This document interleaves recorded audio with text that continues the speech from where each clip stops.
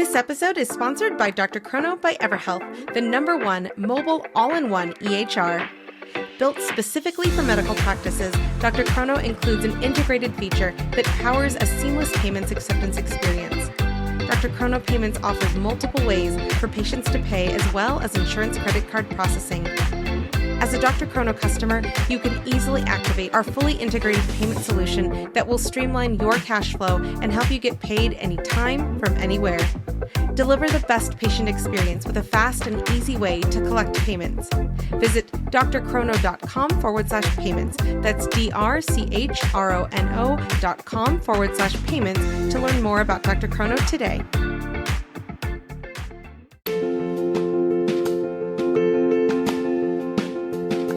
Direct primary care is an innovative alternative path to insurance-driven healthcare. Typically, a patient pays their doctor a low monthly membership and, in return, builds a lasting relationship with their doctor and has their doctor available at their fingertips. Welcome to the My DPC Story podcast, where each week you will hear the ever-so-relatable stories shared by physicians who have chosen to practice medicine in their individual communities through the direct primary care model. I'm your host, Marielle Concepcion, family physician, DPC owner, and former fee-for-service doctor. I hope you enjoy today's episode and come away feeling inspired about the future of patient care, direct primary care. I love DPC because it gives me the opportunity to care for my patients in the way that I think works best for them, and also gives me the opportunity to care for myself in the way I think works best for me. I'm Adelola Ashaye. I'm a family medicine and lifestyle medicine doctor and owner of InTouch Primary Care in the Sugar Land area. And this is my DPC story.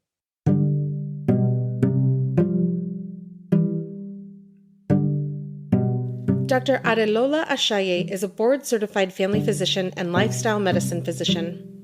Her interest in the medical field was first sparked when she was in high school by her observation of a patient-doctor relationship. Many years have passed since that interaction, which took place at Alpena General Hospital in Michigan, and it is the desire to build and maintain meaningful, long-lasting relationships that continues to draw her to medicine.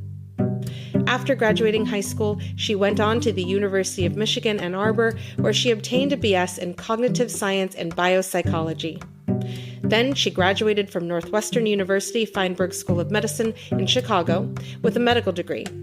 She completed her residency in 2010 at McNeil Family Medicine Residency, affiliated with the University of Chicago, Illinois. Welcome to the podcast, Dr. Ashaye. Thank you. Thank you for having me. I'm so excited. So we are recording this before the DPC Summit, but I think it's so helpful that we moved your recording from when it was previously supposed to be recorded to after the DPC Summit, which is when it's airing, because of what I'm going to be asking you about and what you've been an expert about in your community. And that absolutely comes to becoming a doctor. It touches on being a doctor, but not only being a doctor, but a doctor who's mindful of their own health as well as the health of their patients, just like you shared about in your opening statement. So with that, I want to start by reading a quote that's on your website. And I want to ask where this statement came from, because it's not every day that you read a statement like this on a physician's website. And it clearly points to the fact that you are an independent physician and not one that has a whole marketing team behind the corporation running your clinic. So would you mind reading the statement that I pulled out and highlighted for the audience? Absolutely, sure. It says, with the current health system today, people are forced to get care from so many different places. So they may forget how nice it is to have their own personal doctor, one that knows them well and is there when needed. Such a powerful statement and such a powerful movement that we are all a part of. And patients are really finding that over and over and over in communities all over the nation. Now, again, going back to how you as a doctor created this statement, I want to ask, what's the story behind that? Because we are very aware that if we don't have room in our fee-for-service clinic, the patient has to go to urgent care, the patient has to go to ER. But what was your life like where you were driven to write this statement in particular and using the statement to highlight how your practice is different than the normal fee-for-service clinic? Yeah, so I worked in various types of clinics before I started my own practice. And one of the things that really frustrated me about that was I would see people come from different places or go to different places, even though I was their doctor. So, for example, I'll see a patient with a cold or and maybe it wasn't just a cold, maybe it was sinusitis, and because they couldn't follow up with me, they went to an urgent care. And then they got an antibiotic that maybe interacted with something they were taking because they didn't get the full history. And then they come back maybe 3 months later and they tell me, oh, I was really sick, a month ago. And I'm thinking, why didn't you just contact me? Oh, I couldn't get in, you know?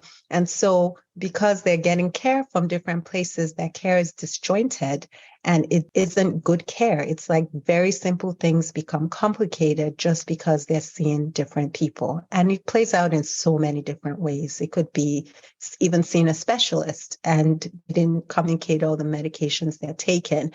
And so I think people underestimate how important it is to follow up with the same person, even though it may be convenient to go to all these different places. In the end, it really doesn't benefit the patient because so many things are missed, errors are made, and it just oftentimes complicates things. So haven't seen that a lot. I just, that's where I came from.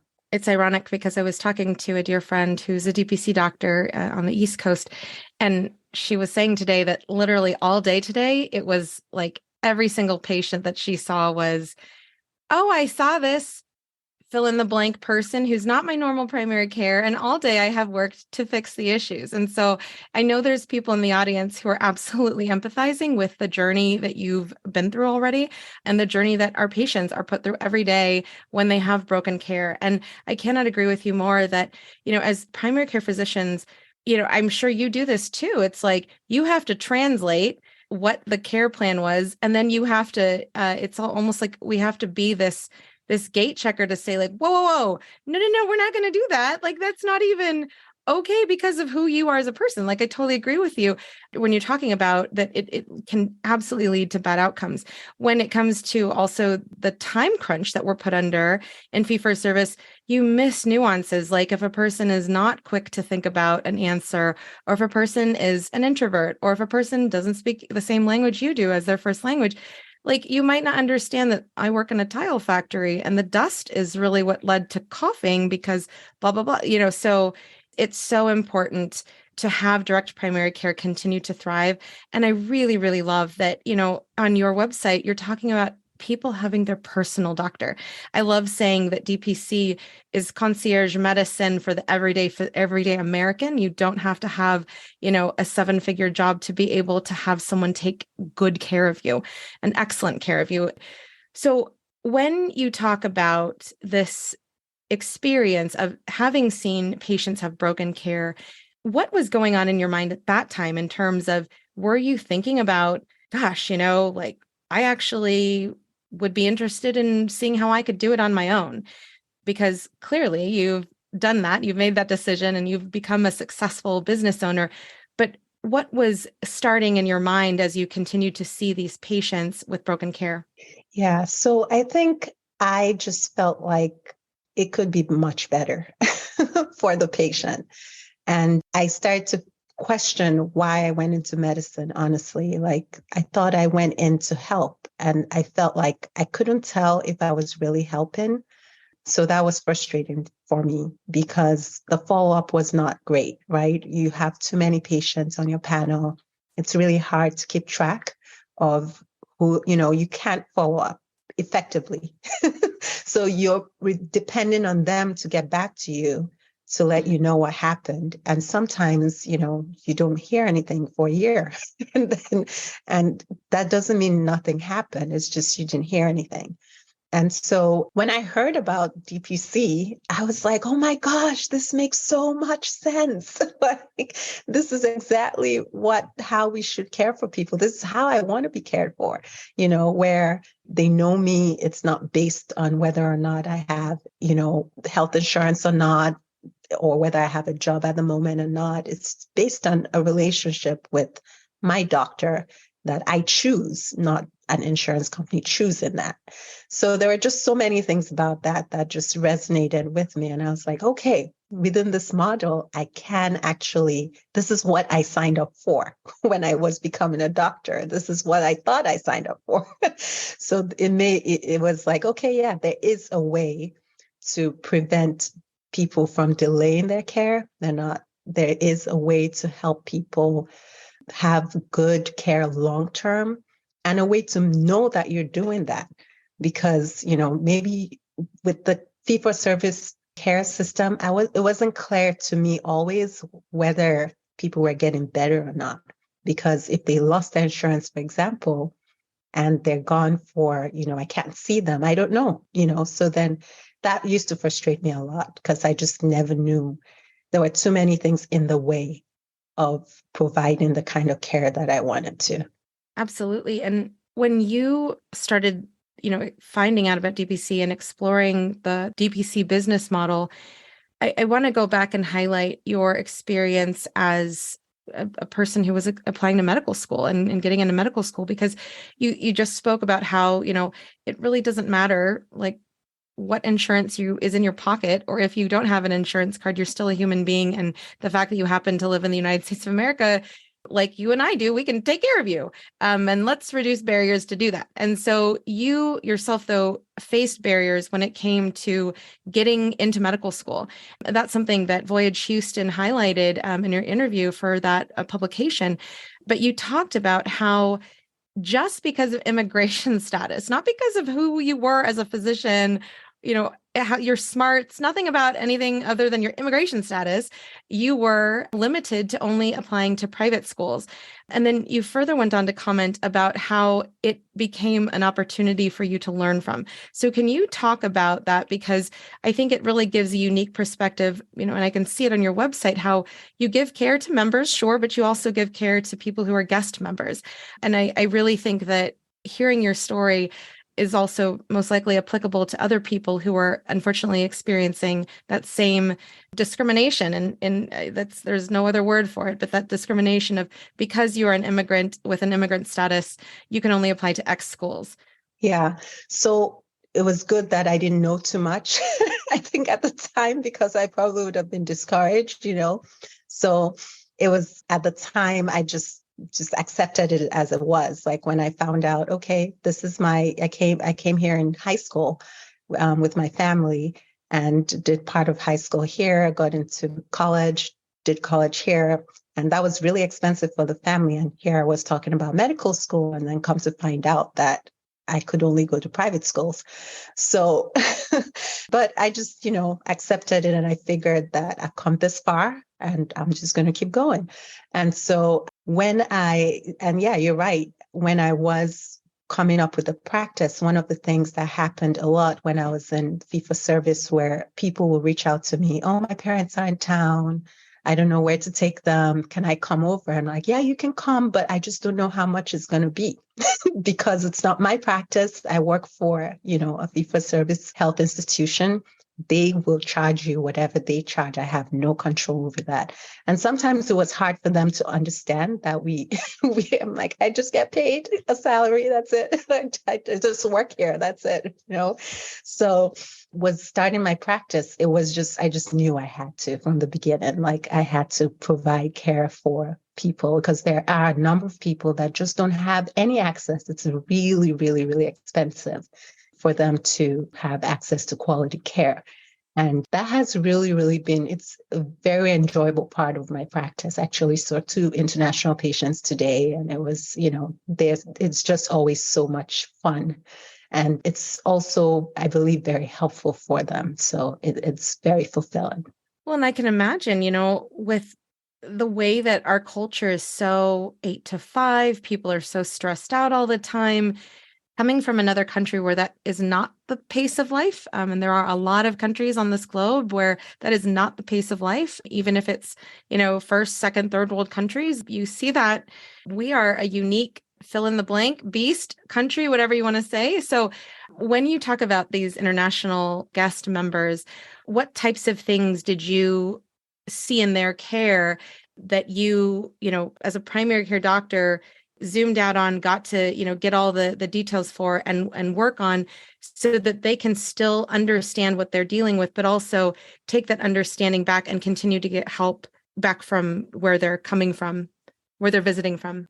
Yes. Yeah. And that's a great question. So a lot of it too is just the healthcare system here is complex for a lot of people, and just being somebody that has been through the healthcare system here and understands how things work, just being able to explain that to people that are guests here makes a big difference, because they don't understand how things work. And so sometimes they spend a lot of money on things that they shouldn't spend money on.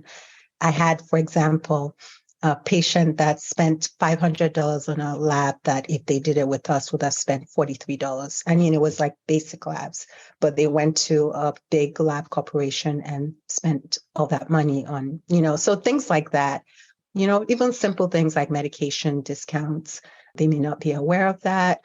Just navigating the system is a big part of what we help with. So that's one big thing. The other thing is health education.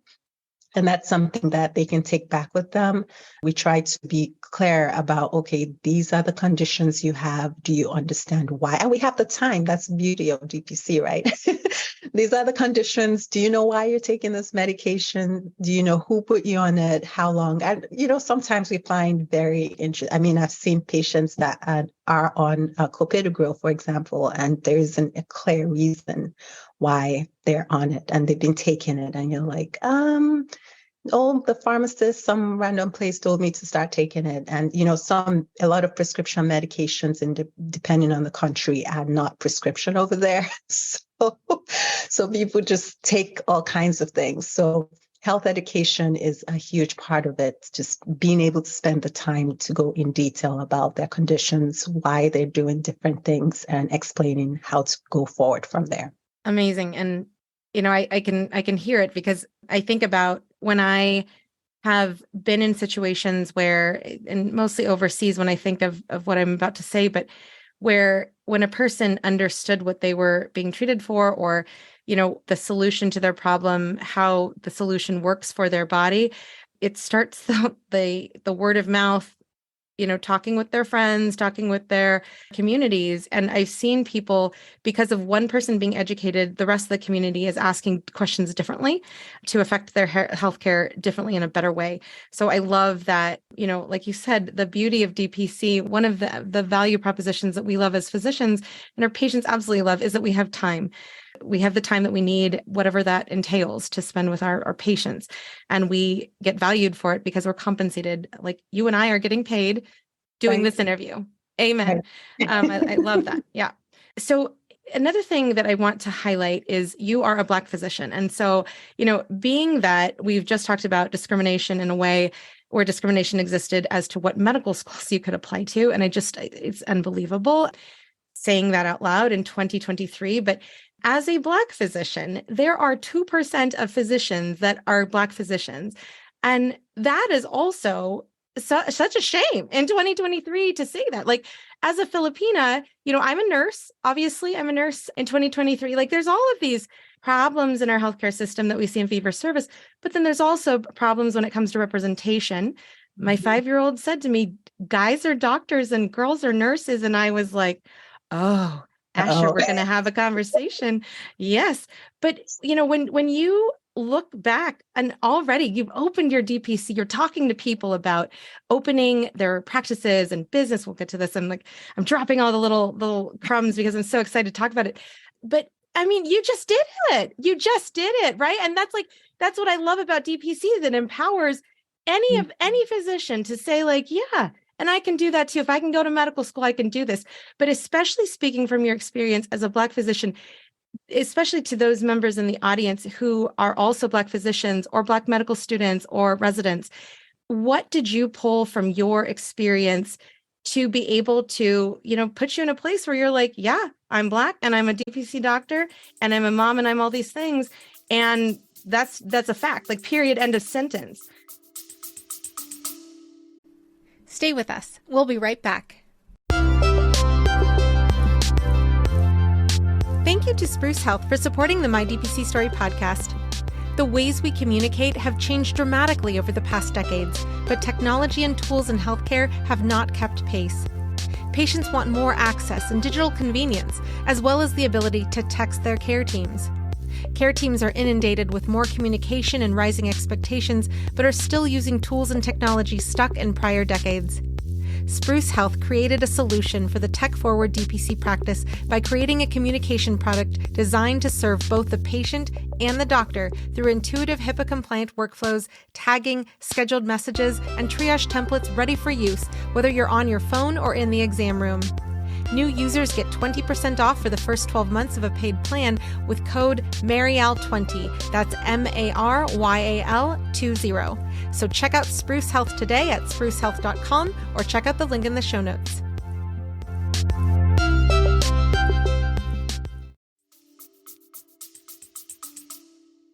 Yeah, no, definitely. So there is discrimination, that's unfortunately the reality that we live in. And I think several things have helped me, along the way. I mean, I'm originally Nigerian and I grew up partly in Nigeria. And just being around different types of people in Nigeria. Nigeria is a very diverse country in of itself, not in color, but in culture. So the cultures are very, very diverse. And I grew up in different parts of the country. I was in the North first and then moved to the South, where I'm actually from. And I think just understanding that people are different from a very young age and also having a big family. I know you have a big family too. So you introduce to a lot of personalities when you have a big family. I don't have a big immediate family, but I have a big extended family that I'm very close to. And just being around different types of characters growing up. So you learn that people are different. So I think that actually really helped. And so when I moved here as a teenager, I moved to Alpena, Michigan, which is a very small town in Michigan. And it was 99.9% white. Like literally, there were three of us in my high school of 3,000 that were Black. So that was an experience, but I actually just saw them as different people. Like I didn't even, I just was like, oh, these are all people that are just different from me. And I know how to live with people that are different. And I didn't overthink it. So that helped. And then college, I went to a very diverse college as well. I think those experiences helped, just being introduced to different people from different cultures and all of that. So I tended to just see things as, look, people have their opinions about things, and what is most important to me is my opinion about me. So I didn't overthink it much. I just kept going. And I think it's important if someone else is listening to this and you would get discouraged. People did discourage me along the way. But having people around you, more people around you that encouraging helps a lot. So making sure that you find that inner circle that you can draw encouragement from is huge. Like, don't surround yourself with people that cannot encourage you. Like, you need to move away very quickly. So that really helps. And then the other thing is, for me, was just many times in my life, I pause and ask myself, what do I really want? And with all the big decisions I've made, that's kind of how I do it. I don't always know how. Like, I didn't know how I was going to get to even university, my college.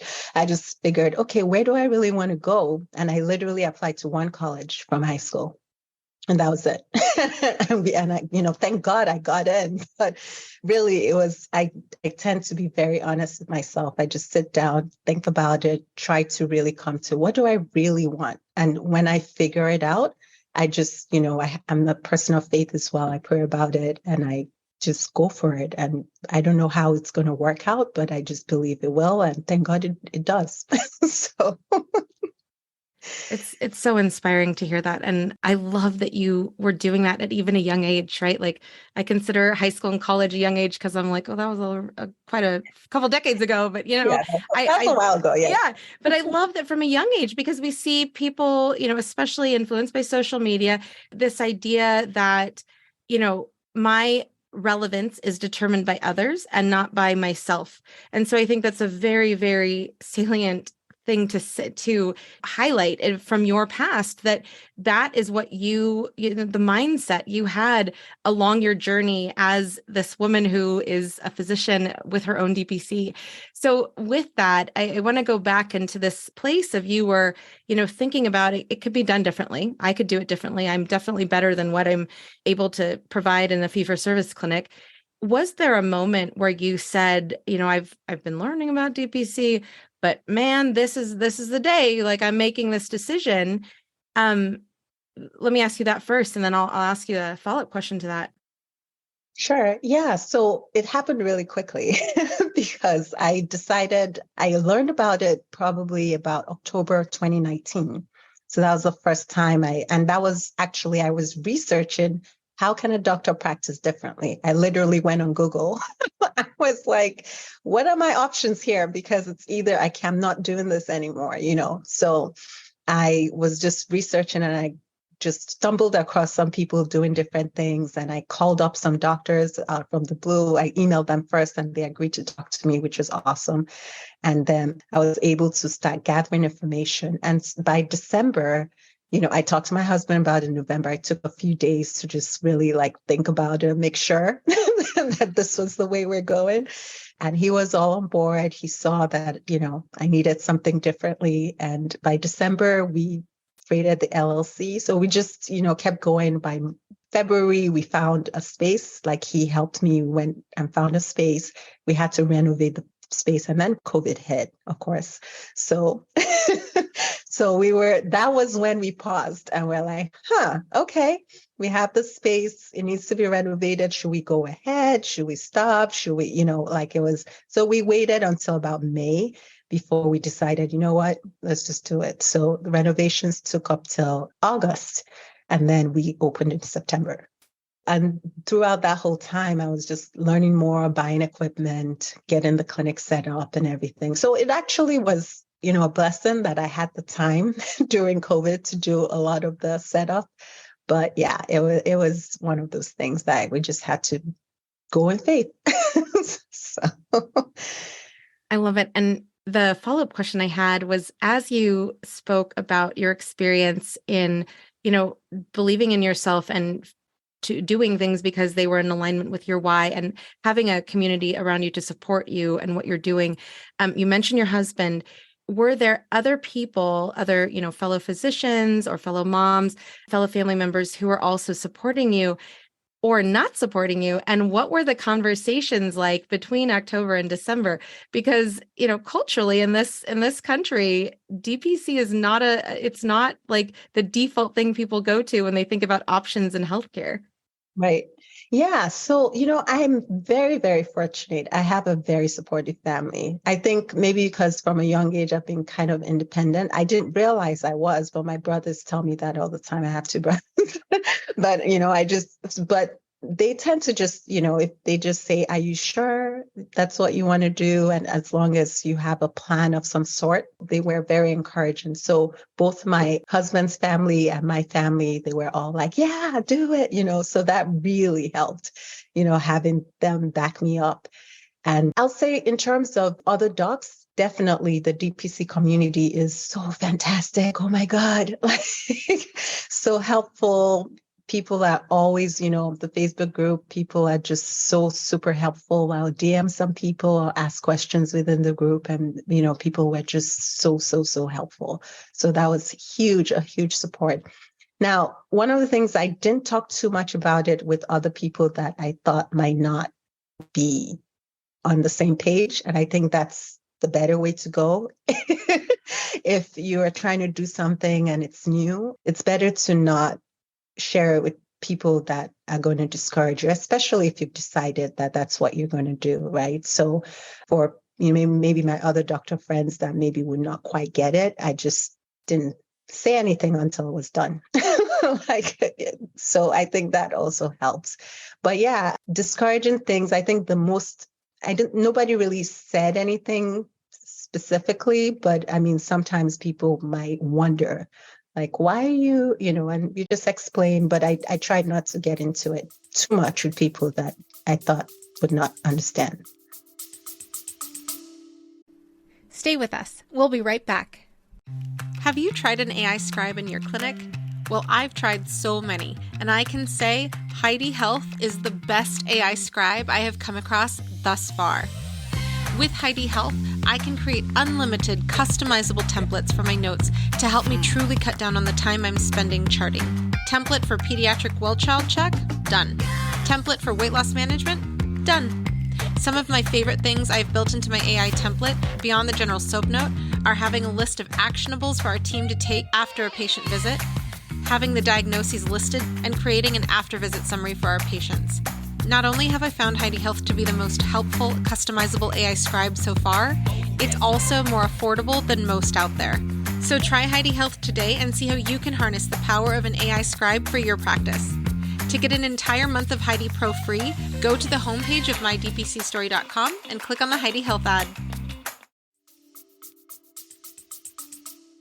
This is jumping forward a little bit, but when you're around groups of physicians who are not DPC, do you find yourself just like telling the whole world about what you're doing?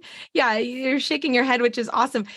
Do you ever find yourself though, like the reason I ask this is because I was at a state conference where there were people from all over California, and I was please, where are my TPC people afterwards? I remember I was like voice messaging people and being like, someone talk to me, Hussein, because this is crazy. I can't stand this. Like, I may have mentioned this in a podcast before, but there was a doctor who said, I know the way to change something.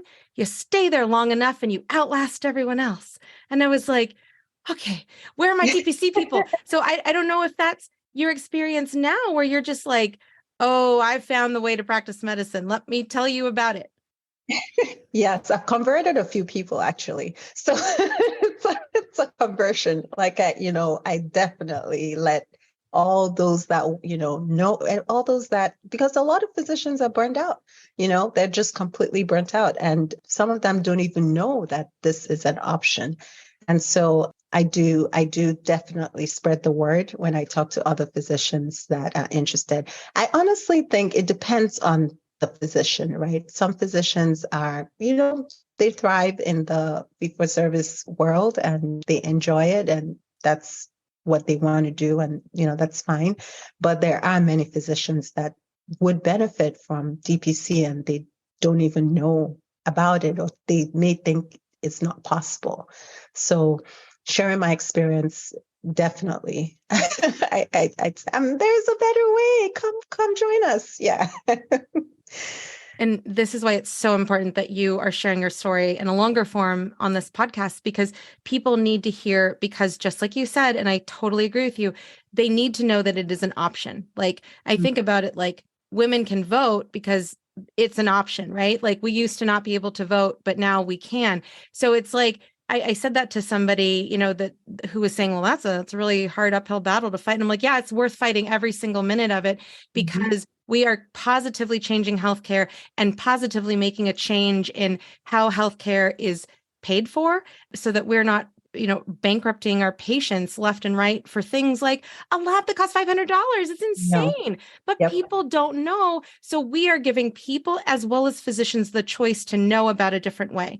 And so, with that, I definitely encourage people, if they have the ability to speak to others, whether they're medical students, residents, physicians, fellow physicians, people who are, wanting to do a little bit of locums, even though they're in retirement. Like, there's ways for everyone who is a physician to be able to participate in this movement if they wish to, but that's an option. And, it is absolutely a thing. Like, people don't even know it's an option. I spoke at, again, the same statewide conference that I was at, and people didn't even know that DPC was an option. I got a few like, oh, that's like concierge. But there were most people, even leadership at this organization, that did not even really grasp how big DPC is as a movement. So wherever you are, there are people around you who will want to hear about DPC, whether that be patients, people who are building DPC into health plans, or fellow physicians. So definitely just, spread the word, keep spreading the word, because this is how we grow. And this is how we bring DPC to more and more communities.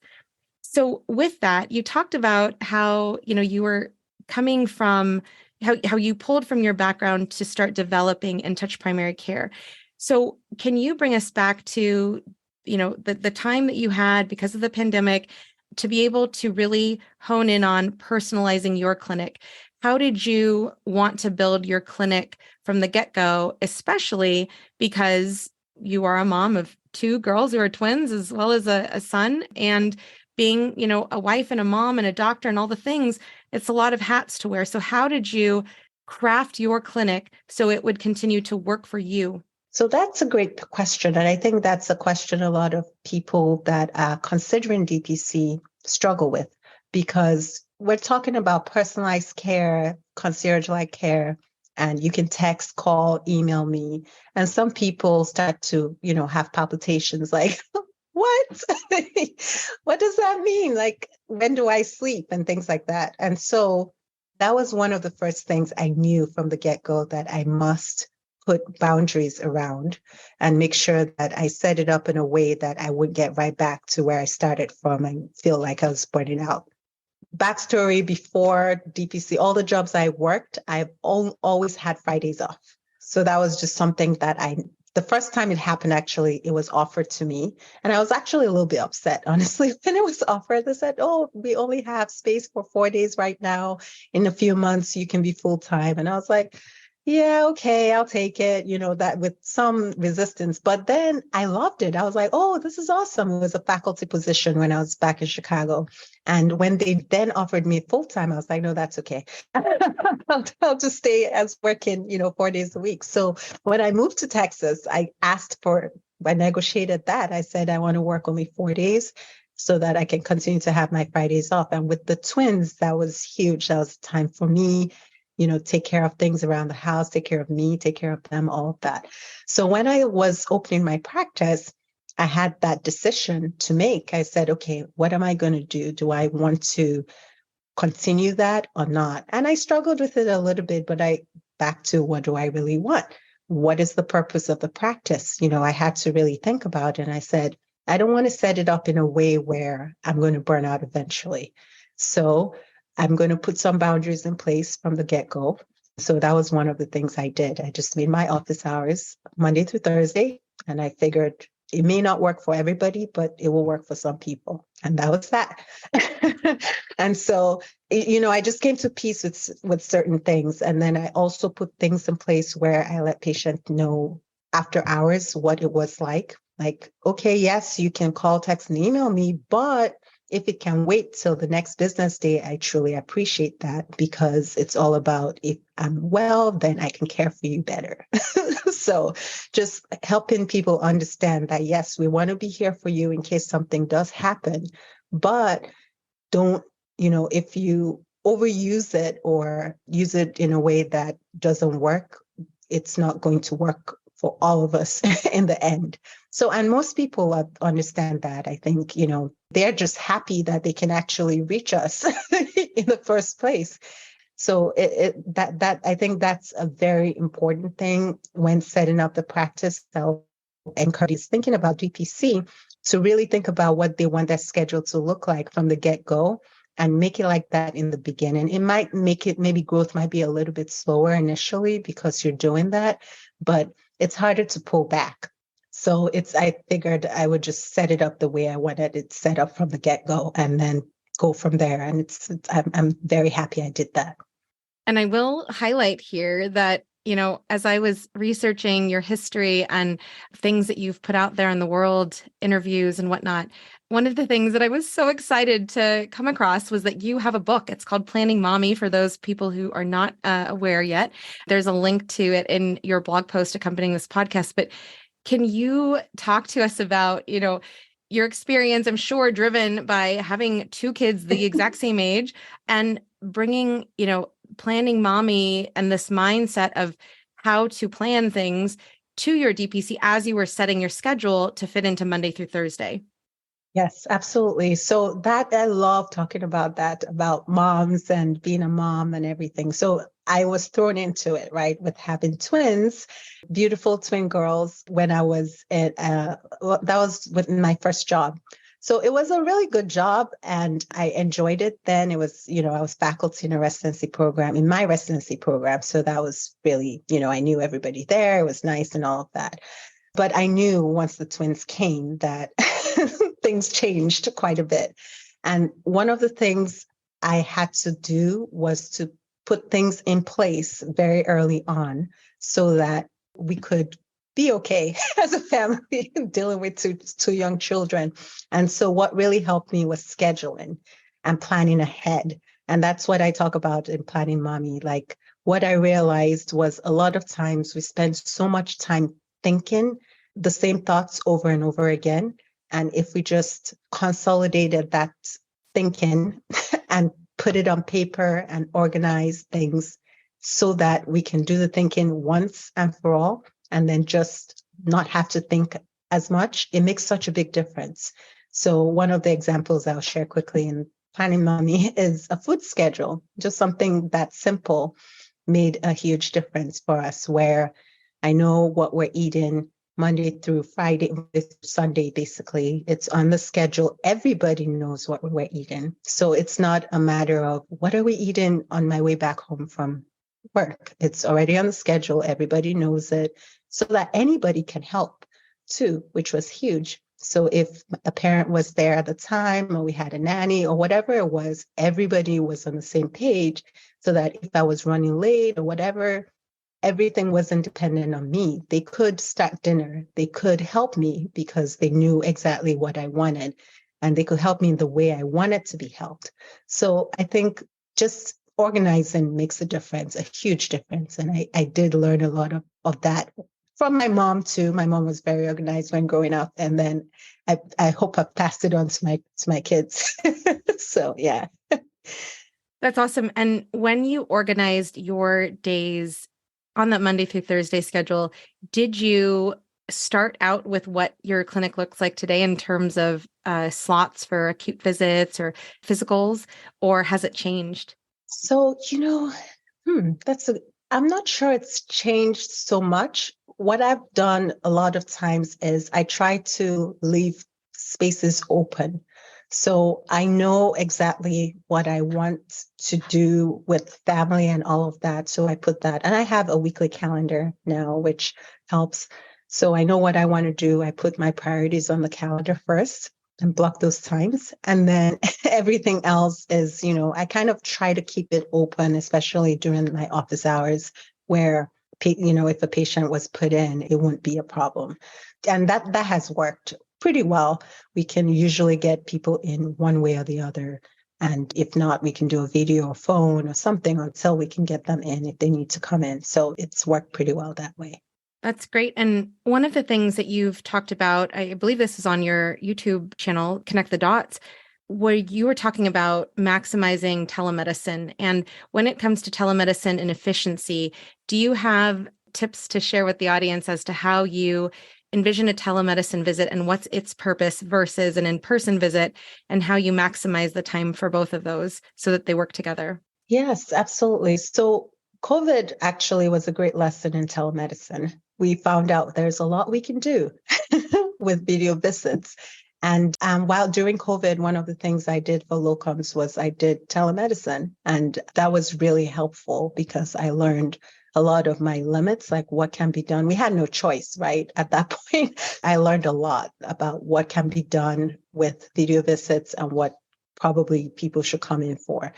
And within DPC, telemedicine is great because of the ability to follow up in person and the ability to check up on people to make sure that whatever advice or recommendations worked, right? So I think within DPC, telemedicine is like perfect, pretty much, because you can follow up and you can make sure. Outside of DPC, I'm a little bit more cautious for sure, because if you are not able to make sure whatever recommendations you made worked, then that could backfire somehow. You may never know it, right? So within DPC, very nice. And I think patients really like it because I would say, hey, you have this symptom. It sounds like this. I think this is what it is.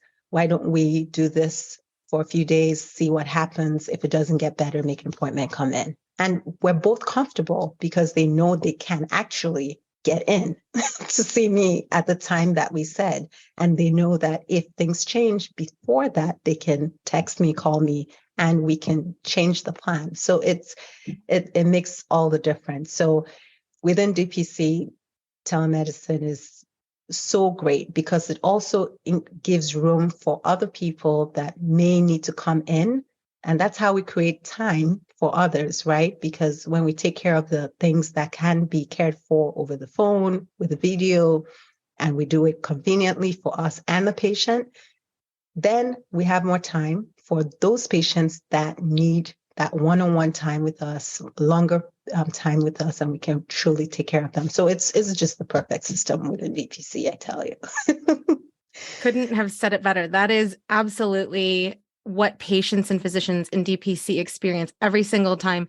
And even if a person's been doing it for 5 years, it's like, oh man, remember those days when we had to have you come in for the magic code to review your labs?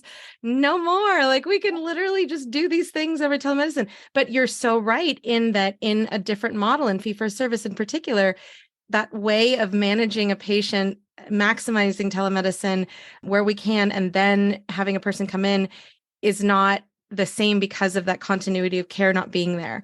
So I think that's a very, very good thing to point out. It's interesting because, we were talking earlier about the different options of care and knowing that DPC is an option. There's quite a few residents who I've talked with recently who are like, oh, I'm going to be a hospitalist. I'm a family medicine doctor. I'm going to be a hospitalist because they think that, they can set their own schedules and have continuity in clinic with patients. And I'm like, you can definitely, that's, if you want to do that option, experience that as an option. And then you will realize that, that's not typically the case as a hospitalist doing inpatient and then clinic medicine. So that continuity absolutely matters. When we talk about your clinic being, open during the pandemic, you were growing and incorporating your ability to be a planner into your clinic and being able to maximize telemedicine. I want to go to direct primary care in the Houston and greater Houston area, because for those of you, and I totally Dr. Googled this before we got on, I was like, where's Sugarland? Okay, there's Sugarland. So without traffic, Dr. Google claims it's 29 minutes from Houston proper. So we've had so many Houston area doctors on the podcast. And to me, it screams that DPC is so needed that, it's not a competition to have a DPC open, like in Dr. Eric Young's case across the parking lot where Dr. Caudil is practicing pediatrics. Where you are in Sugarland, can you tell us about your population? What's unique to the culture of Sugarland in particular, and who has joined your practice because of your uniqueness as a physician in your DPC?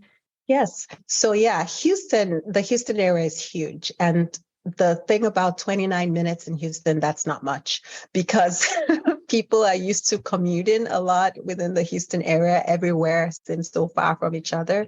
So some people commute an hour and a half to work, and that's just Houston area. But yes, definitely being in Sugarland, that was one of the things I wanted to do. I wanted to be, because that was the practice that I came from was close to, not in Sugarland, but close to Sugarland area. And a lot of the docs I had relationships with were in the Sugarland area. And then Sugarland is well known in the Houston area. So when you say Sugarland, most people know where that is if they are from the Houston area. So I wanted it to be a place like that where people will not feel like it's too far or too out of reach or that sort of thing. So that was important for me. Also in the Sugarland area, it's a very diverse area too. And I love that. The fact that there are people from so many different cultures there in that one area. So, and Houston in general is like that, honestly. But I was more familiar with Sugarland. It's not too big. There's parking, like it's like a busy suburb. To me, it's just like, it's convenient for a lot of people to go there. People usually don't like going in Houston because of traffic and all that, but they would like to come to Sugarland because, there's stuff going on, but there's space for it's convenient.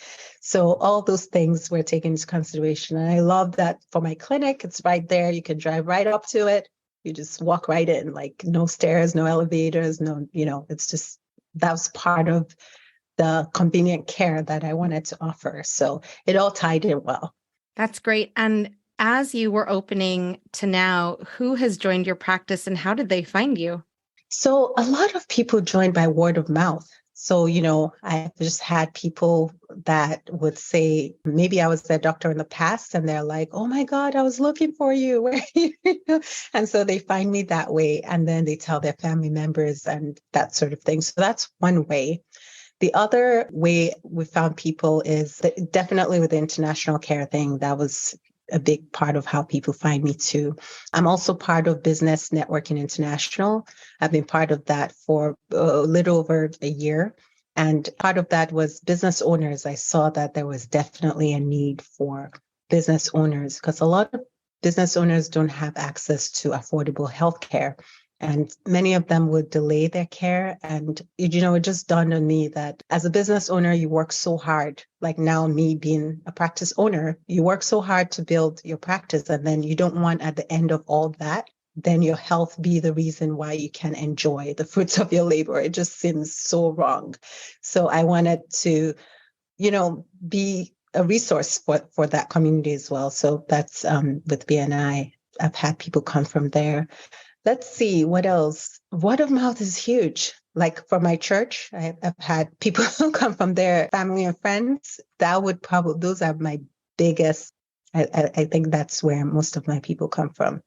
I think that's so cool though, because they know you as a doctor, like they know you are a doctor, and then they know you as a person. And so the ability to have a doctor who is that person that they know from church or, outside of a clinic, I'm assuming that it adds to having a relationship, a patient-physician relationship quicker in terms of, patients being open with you about their health needs and whatnot than somebody who they might not have known before. So that's very, very cool.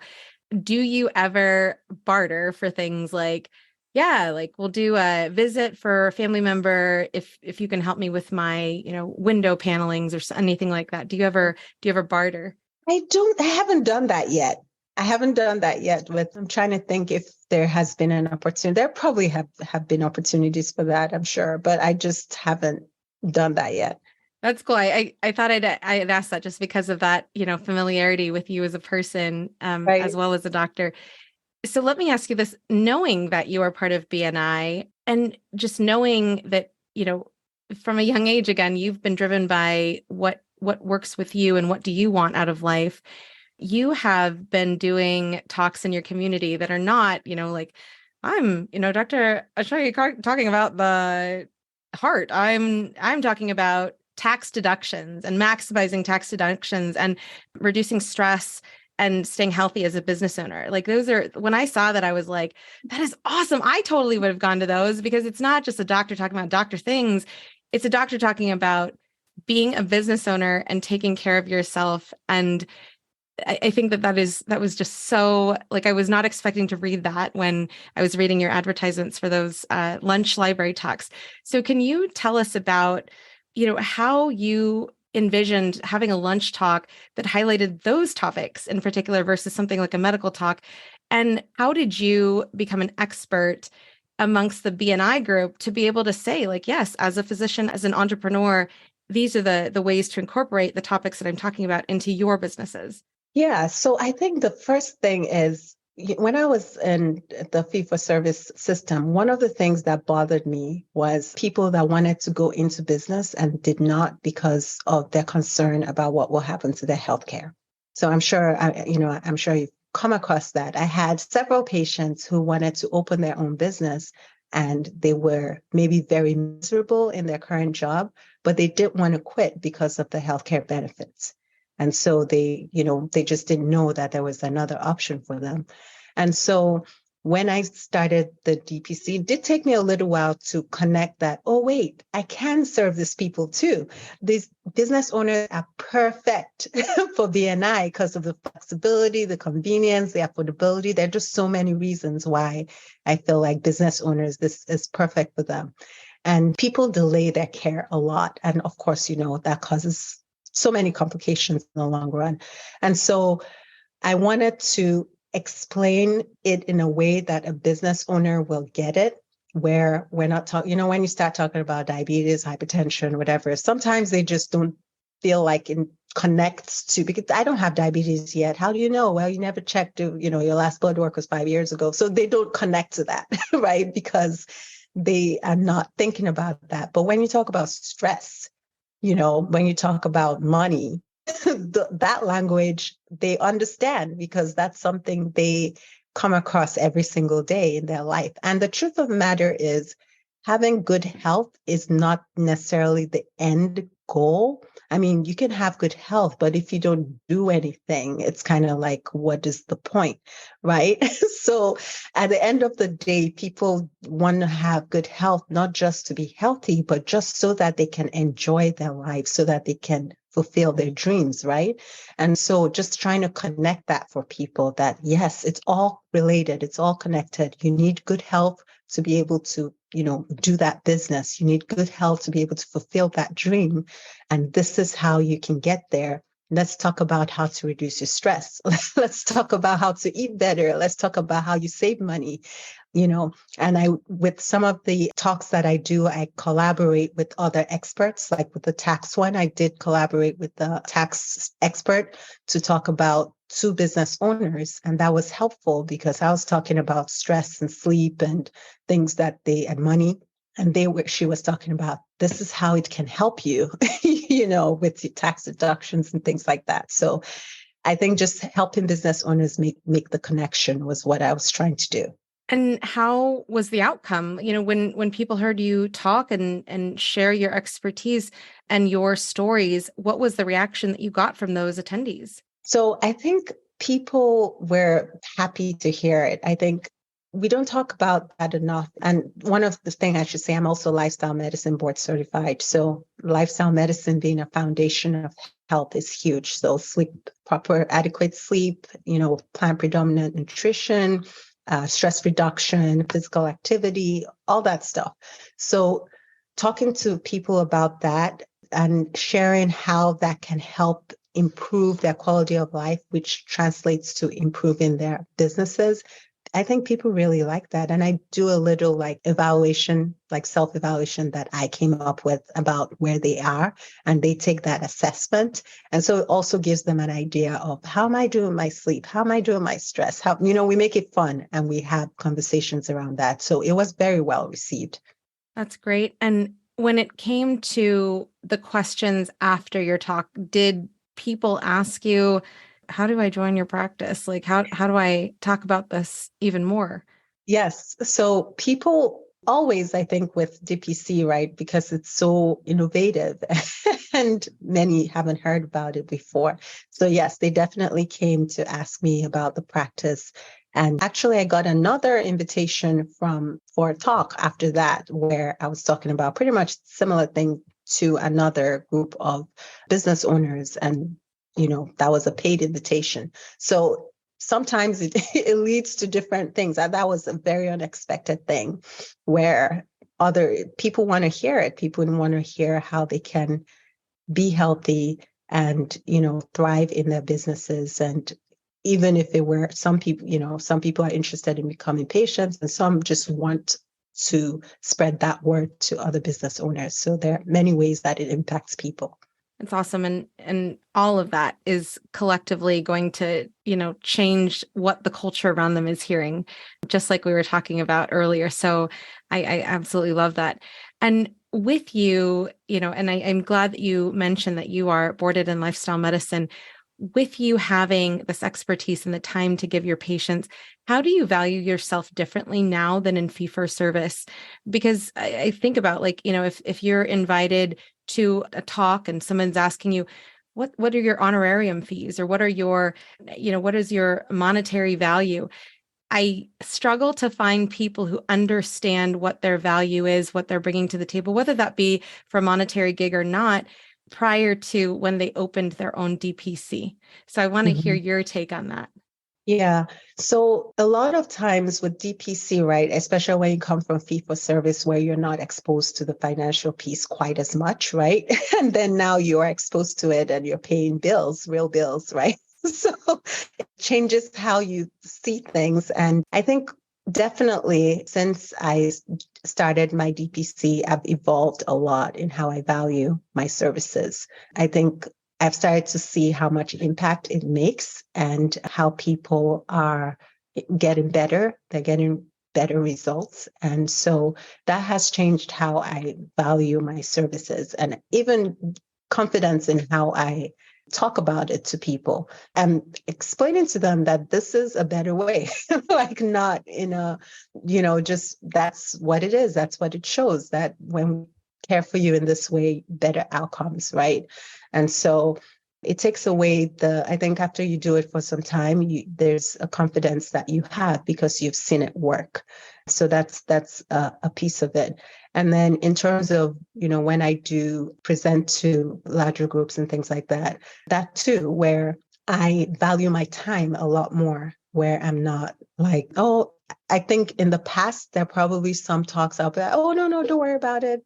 Like, because it comes naturally, right? Some of these topics seem so simple, right? Because we do it every day, but, just understanding that my time is valuable, and I think that's one of the biggest things that in growing my practice and even just making sure that I'm there for my family too. I've been much more intentional about how I use my time and making sure that I value my time. Because when we value our time, then others value our time. But when we don't, then others don't. That's just how it works. So I've learned to value my time. Incredible. And I just think about the other physicians who you have inspired, sharing your story, who might be, learning how to value themselves differently, even if they've already opened their DPC. So with that, thank you so much, Dr. Ashaye, for sharing your story today. Oh, thank you.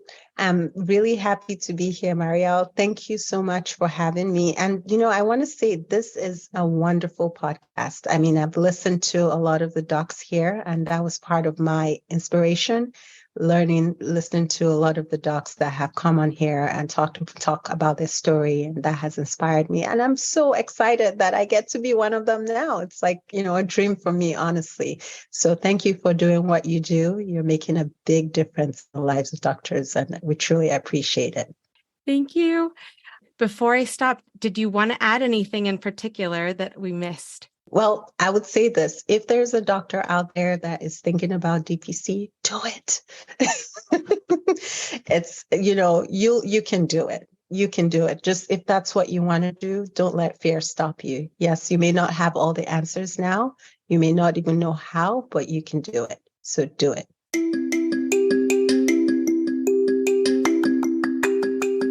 Next week, look forward to hearing from Dr. Tammy Singh of Aspire Health in Plantation, Florida.